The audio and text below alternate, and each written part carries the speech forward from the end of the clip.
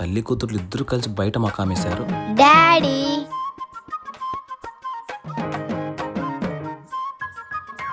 Daddy బయటికి తీసుకెళ్తా అన్నావు. బయటకా? ఎలా తప్పించుకోవాలా? చాలా తలనొప్పిస్తాందే. ఇంతవరకు ఆ తొట్టి గ్యాంగ్తోనే ఉన్నావుగా, అప్పుడు రాలేదు తలనొప్పి. ఇంటికి రాగానే అన్ని నొప్పులు నీకే వస్తాయి. వీళ్ళేంటి అడ్డం తిరిగినారు?